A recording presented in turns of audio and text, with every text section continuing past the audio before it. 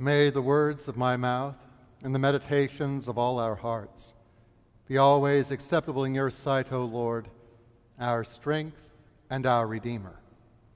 Amen.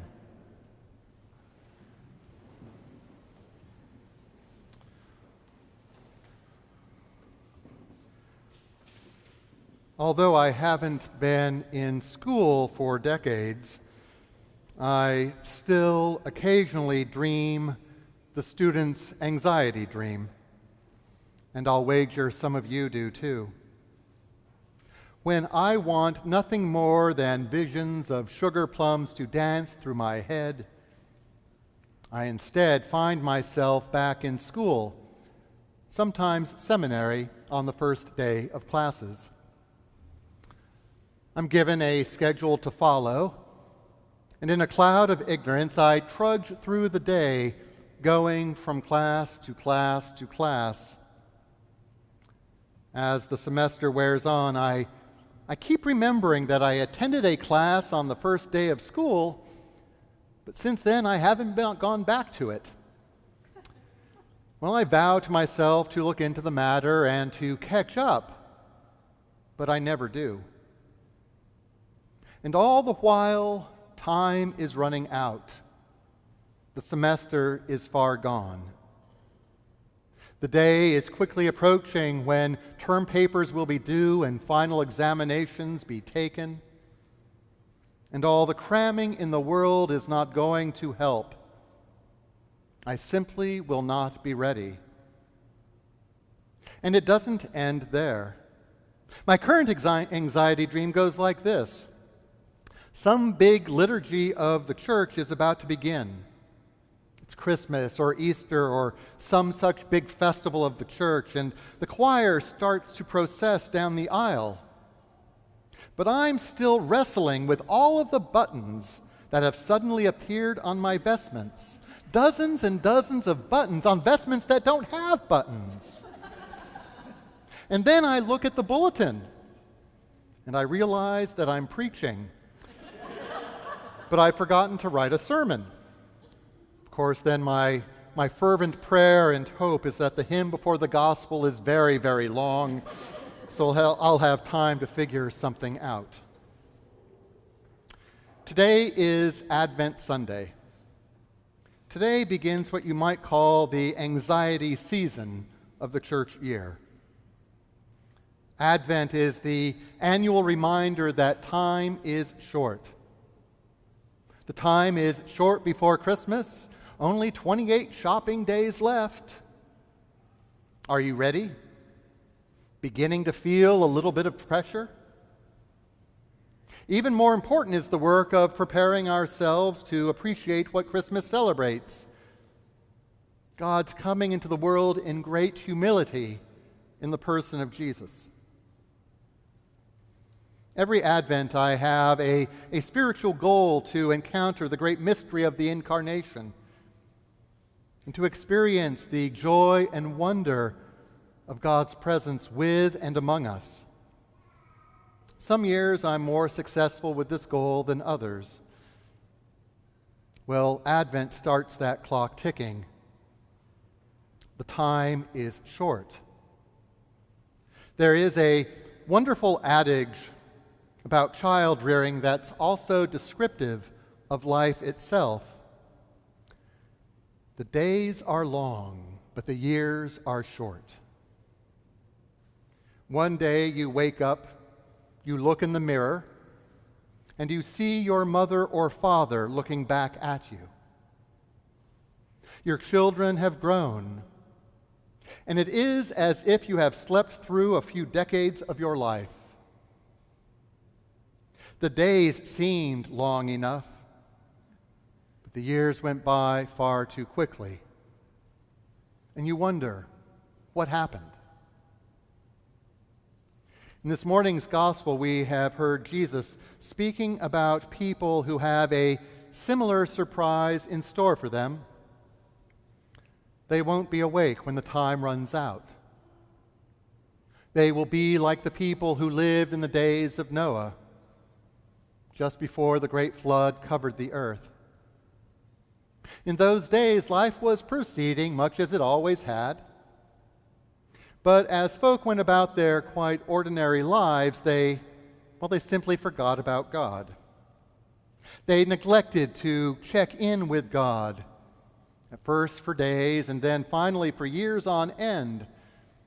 And so the regular rhythms of life rocked them into a spiritual unconsciousness, into a deep and dreamless sleep.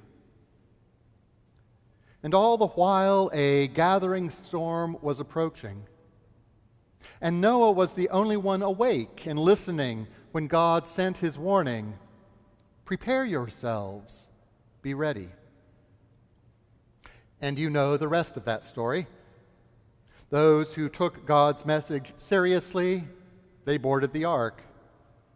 And those who believed that they could go on spending and wasting time as though they had 1,000,000 years left, they were all swept away. In this post-9/11 age, these words about the Great Flood are probably all the reminder we need about how quickly the world can change. But Jesus presses the point further with his short parable of the homeowner and the thief. Perhaps the homeowner took no precaution against crime. Perhaps he assumed these things only happened to other people. And so his guard was down. He was careless.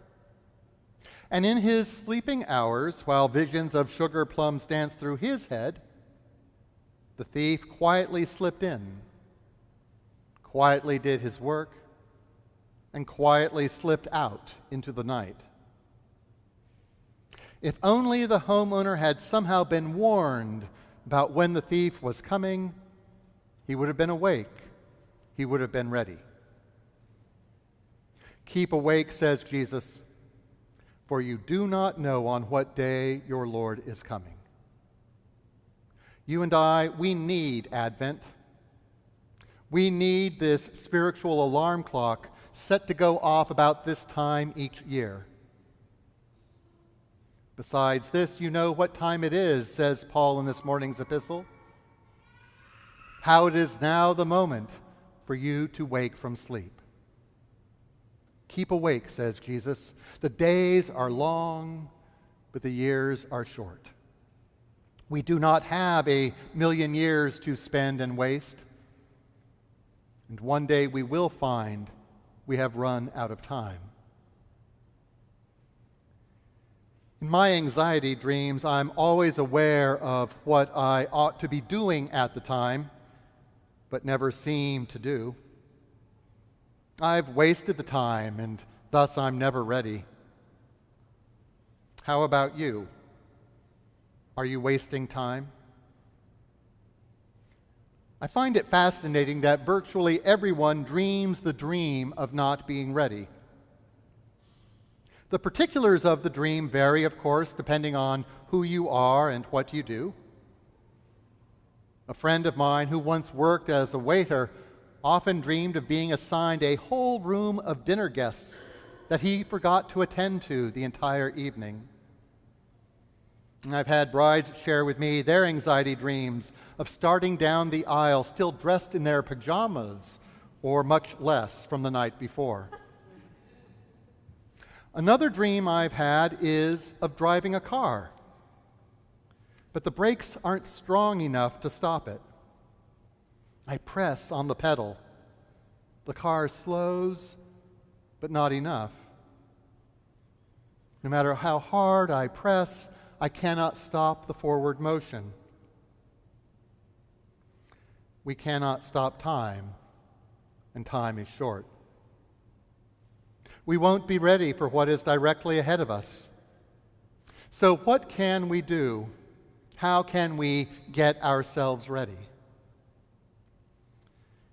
In his letter to the Christians in Rome, Paul wrote words of guidance that ought to be plain enough. Love your neighbor as yourself. Love does no wrong to a neighbor. Therefore, love is the fulfilling of the law. What Paul means by the word love is not emotion. It's not sentiment. His call is not to the manufacturing of loving feelings in yourself towards people you find objectionable. No, instead of loving sentiments, his call is to loving action. The way to cultivate a readiness in your soul is to practice loving actions toward all people. You will be ready for Jesus if your habit is always to do works of love to other people, even to those whom you find the most unlovable.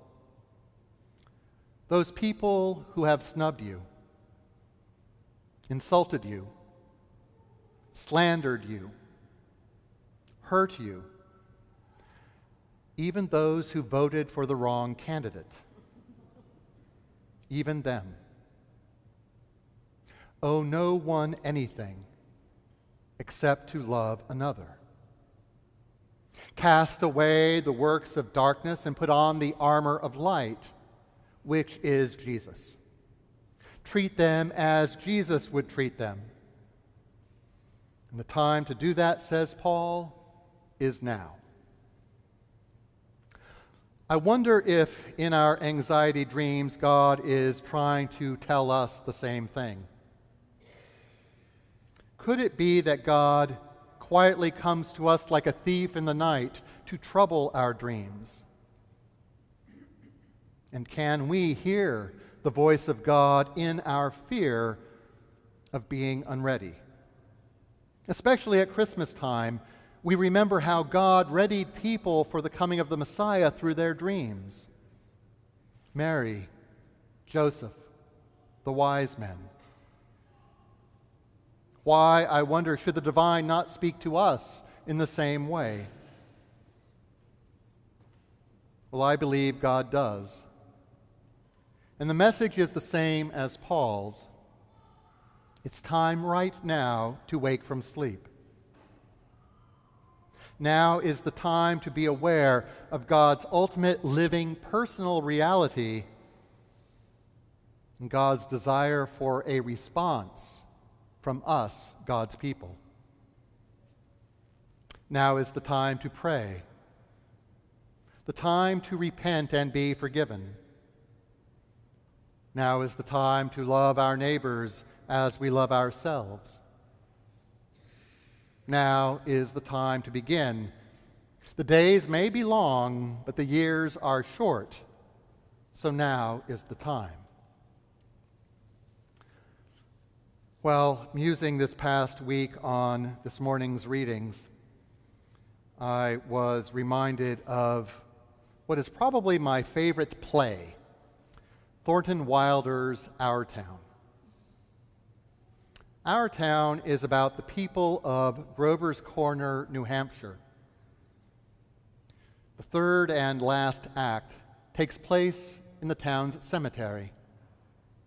Emily has just arrived, having died in childbirth at the age of 26.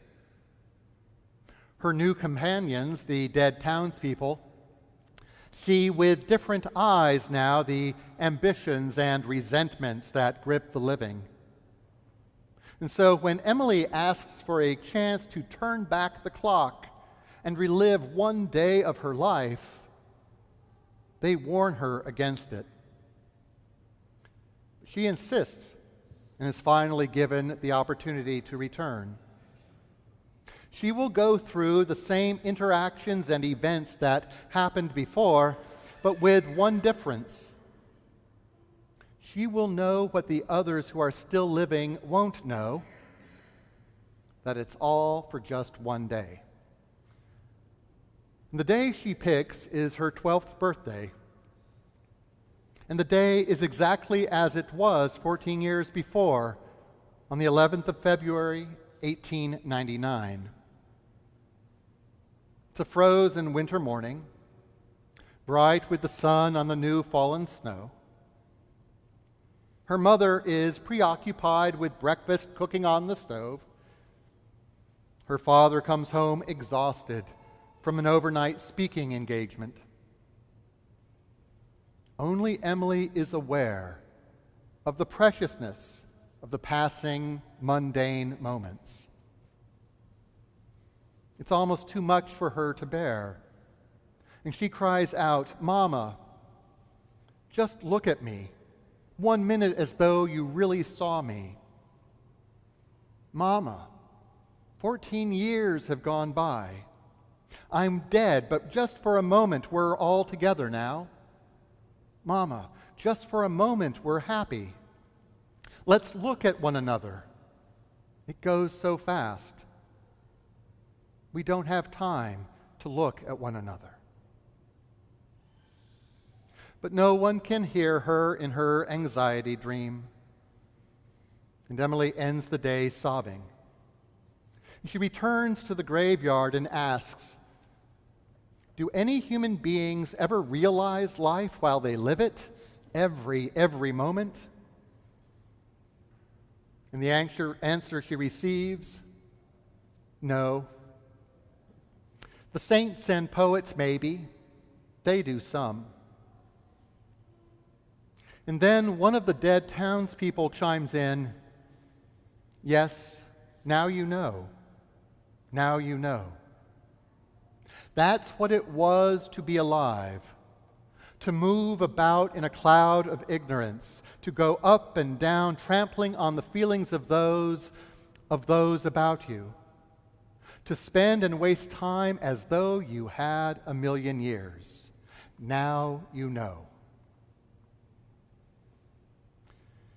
In the words of St. Paul, you know what time it is, how it is now the moment for you to wake from sleep. The night is far gone, the day is near. Now is the time to cast away the works of darkness and put on the armor of light.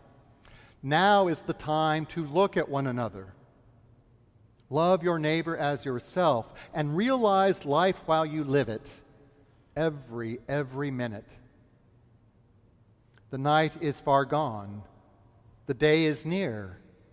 It goes so fast.